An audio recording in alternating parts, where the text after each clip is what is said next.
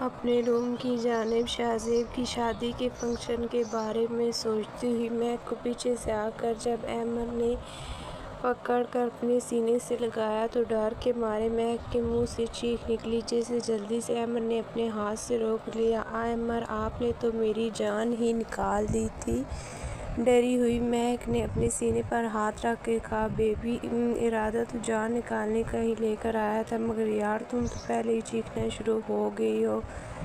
چہرہ آگے کی جانب جھکاتے ہوئے قربتوں کے وصل سے سلگتے ہوئے لبوں سے اس کی پکڑیوں کو چومتے ہوئے پیچھے ہوا۔ عامر ہم کمرے سے باہر ہیں اور امی جان آ سکتی ہیں۔ آپ کیا کر رہے ہیں؟ امی جان سے مل کر آیا ہوں، اپنے روم میں چلی گئی ہیں۔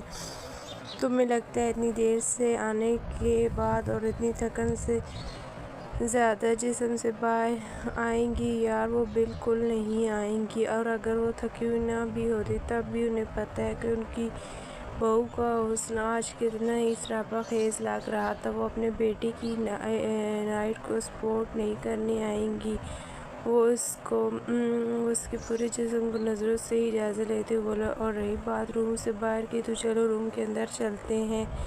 وہ کہتے ہوئے کمرے کا لاک گھماتا ہوا مہک کو اندر کی جانب کرتے ہوئے خود بھی اس کے پیچھے گیا۔ مہک اس کے ارادے بھانپتے گئی، خود کی جان چھڑاتے ہوئے جلدی سے واش روم کی طرف بڑھی مگر وہ تیز آندھی کی طرح اس سے پہلے وہاں پہنچتے اس کا ہاتھ پکڑتے ہوئے دروازے کے ساتھ پن اپ کیا۔ کہاں بھاگ رہی ہو بیوی؟ کیا رات کا اپنا کیا ہوا وعدہ بھول گئی ہو؟ میں نے اپنا وعدہ نبھایا اور تمہیں اتنی مہلت دی، اب تم چپ چاپ خود کو میرے حوالے کر دو، شرارتی لہجے میں بولا عامر۔ کیا کر رہے ہیں آپ؟ مجھے نیند آ رہی ہے، میں تھک گئی ہوں پلیز، وہ منمناتے ہوئے بولی۔ میری جان آپ کی نیند بھگانے کا میرے پاس طریقہ ہے، وہ 2 سیکنڈ پہلے آپ کی نیند بھاگ جائے گی۔ اور یہ بولتا ہوا اس کی گردن میں اپنا منہ چھپایا اور اپنے ہونٹوں کے لب اس کی گردن کی جگہ بھگونے لگا۔ عامر شش بالکل چپ، آج تم کچھ نہیں بولو گی، تمہاری بڑھتی سسکیاں اور میری تیز سانسوں کا آج مقابلہ ہوگا، تمہاری اب مجھے آواز نہ آئے۔ میں تھک گئی، اس کی بات کو درمیان میں کاٹتے ہوئے وہ ہونٹوں پر جھک گیا، اس کے نرم لبوں کو محسوس کرتے ہوئے اتنی شدت پکڑ گئی کہ اسے محسوس ہی نہ تھا اس کا سسکنا۔ مہک اپنے دونوں ہاتھوں سے اس کو پیچھے کرنے کی کوشش کی مگر وہ پہاڑ جتنا سخت اس کے آگے کھڑا اسے 1 انچ نہ پیچھے کر سکا۔ اس کی آنکھوں سے آنسو نکلنا شروع ہو گئے، اس کی آنکھوں کو اپنے منہ پر محسوس کرتے ہوئے پیچھے ہوا۔ مہک نے شکوہ کی نظر سے اسے دیکھا جو اس کے اوپر جھکا تھا۔ سوری بیوی، مگر کیا کروں، جب تمہارے پاس آتا ہوں میں خود سے بھی بیگانہ ہو جاتا ہوں، مجھے نہیں پتہ چلتا۔ وہ اپنے ہاتھوں سے اس کی آنسوں کو چومتے ہوئے محبت بھرے لہجے میں بولا۔ اس کے ہاتھوں کے لمس کو محسوس کرتے ہوئے مہک پھر سے 2 قدم پیچھے ہوئی۔ میں چاہتا ہوں تم مجھے خود اپنی خوشی سے سب کرنے کی اجازت دو میری جان، میں تمہارے ساتھ پیار بھری باتیں کروں اور تمہیں اپنی محبت بھری گستاخی سے پریشان کروں گا۔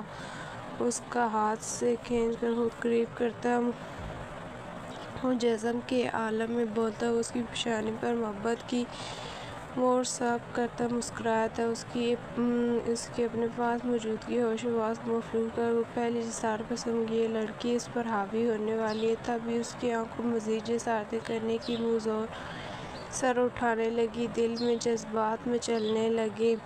تمہاری ان نشیلی آنکھوں نے جال بچھا رکھا ہے۔ اس پر جھکتے ہوئے دونوں آنکھوں کو چوما۔ مہک کا آہستہ آہستہ سانس لینا عامر کے دل میں اشر برپا کر رہا تھا۔ اس کے سرخ آنکھوں پر شوق سے نگاہ ڈالے، آخر جھک کر اس کے رخسار کو چوما۔ اتنی محبت اور نرمی سے دیکھ کر مہک خود اس کے نرم لمس پر حیران ہوئی۔ ساکت کر دیا عامر کے چپن چہرے پر محسوس ہونے پر مہک ذرا سی ٹس مسکرائی۔ تمہاری اور میری زندگی دونوں کی ایک جیسے عشق کے پنجرے میں قید ہے اور اس پنجرے سے نکلنے کے لیے ہم دونوں کو ایک دوسرے کی قربت ضرورت ہے۔ اگر تمہاری خواہش نہیں ہے تو میں کچھ نہیں کہوں گا، ٹھیک ہے؟ تم میری عزت ہو، اب جب تمہاری خواہش ہوگی تب ہی ہم اس رشتے کو آگے بڑھائیں گے۔ یہ آپشن تو میری زندگی کبھی نہیں رہی، میں اپنی زندگی کا فیصلہ اپنی خواہش سے کروں۔ یہ سوال اب بے معنی ہے میرے لیے۔ وہ بھری آنکھوں سے بولی، مگر میں تمہاری خواہش کا بہت احترام کرتا ہوں۔ جو کچھ ہوا ہمارے درمیان وہ غلط تھا، مجھے بھی اس بات کا علم ہے، مگر تم مجھے سمجھ نہیں رہی تھی، مگر اب ایسا کچھ نہیں ہوگا۔ تم میری عزت و محبت کرتے ہو، میں تم سے محبت کی بات تو آپ رہنے دیں عمر صاحب، آپ اپنی ماضی سے اتنی جلدی نہیں نکل سکتے۔ عورت تو پھر بھی اپنی ماضی جلدی نکل جاتی ہے اور اس شخص کو قبول کرتی ہے جو اس کے نکاح میں، مگر مرد اپنے پہلے عشق کو کبھی نہیں بھولتا اور ایسی عورت ساتھ کبھی زندگی بسر نہیں کر سکتا ہے جو ایک طلاق یافتہ اور اس کے ماضی میں کوئی اور رہا ہو۔ کہ آپ پوری زندگی ایسے شخص کے ساتھ گزار سکتے ہیں؟ میگ نے بھی دل کھول کر اپنی شکایت سوال عمر کے سامنے رکھے، جن کی جواب طلب میں تمہاری ماضی سے مجھے کچھ لینا دینا نہیں میگ، تمہارے حال میں موجود ہو اور کہاں لکھا ہے ایک طلاق یافتہ لڑکی کے ساتھ زندگی بسر نہیں کر سکتی؟ اگر محبت سچی ہو تو ایسی کوئی بھی چیز درمیان میں نہیں آتی، اور میں تم سے بے حد محبت کرتا ہوں اور تمہارا ماضی، تمہارا حال اور مستقبل اب مجھ سے جڑا ہے تو بھول جاؤ تم اپنی وہ جڑی ہوئی زندگی کو۔ میں وعدہ کرتا ہوں تمہاری اس نئی زندگی کو خوشیوں سے بھر دوں گا، اور میں تم سے وعدہ کرتا ہوں میں اپنی ماضی کو آج اسی وقت بھول گیا۔ میری زندگی میں تم ہو اور آنے والا کل میں تمہارے ساتھ گزارنا چاہتا ہوں۔ چینج کر لو ان کپڑوں میں، تم انکمفرٹیبل ہوگی۔ پیار سے اس کے ماتھے پر مہر ثابت کرتا ہوا وارڈروب کی طرف چل دیا۔ السلام علیکم لالا، کیسے ہیں؟ مانور اپنے ہاسٹل سے نکلتے ہوئے باہر خرم گاڑی ساتھ ٹیک لگائے کھڑے کہ میں ٹھیک ہوں گڑیا، تم کیسی ہو؟ بڑے پیار سے اس کے سر پر ہاتھ پھیرتے ہوئے میں بالکل ٹھیک، فٹ فاٹ آپ کے سامنے۔ ہاں وہ تو نظر، چلو بیٹھو گاڑی میں۔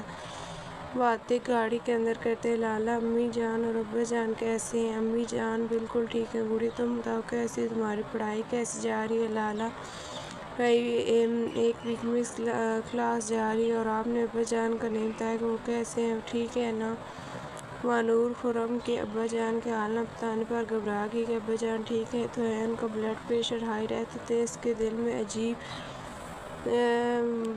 عجیب وسوسے آ رہے تھے۔ آج ویسے بھی آپ مجھے لینے کے لیے آئے، ڈرائیور بابا نہیں لینے کے لیے آئے، تو آپ مجھے بتائیں ابا جان تو ٹھیک ہے؟ اور ٹھیک ہے ابا جان، کیا ہونا ہے؟ میرا خون پیتے ہیں، ان کو کچھ ہو سکتا ہے۔ ہائے لالا، کیا ہو گیا؟ آپ ایسا کیوں بول رہے ہیں؟ آپ کی ابا جان کے ساتھ پھر لڑائی ہوئی ہے کیا؟ تم پوچھو کہ گڑیا، میری اور ابا کی لڑائی کب نہیں ہوتی، ان کو تو ہمیشہ میرے اندر کیڑے ہی نظر آتے ہیں۔ ایسی بات نہیں ہے لالا، وہ آپ سے بہت محبت کرتے ہیں، آپ کی فکر ہوتی ہے ان کو، اس لیے وہ آپ پر تھوڑی سی سختی کرتے ہیں۔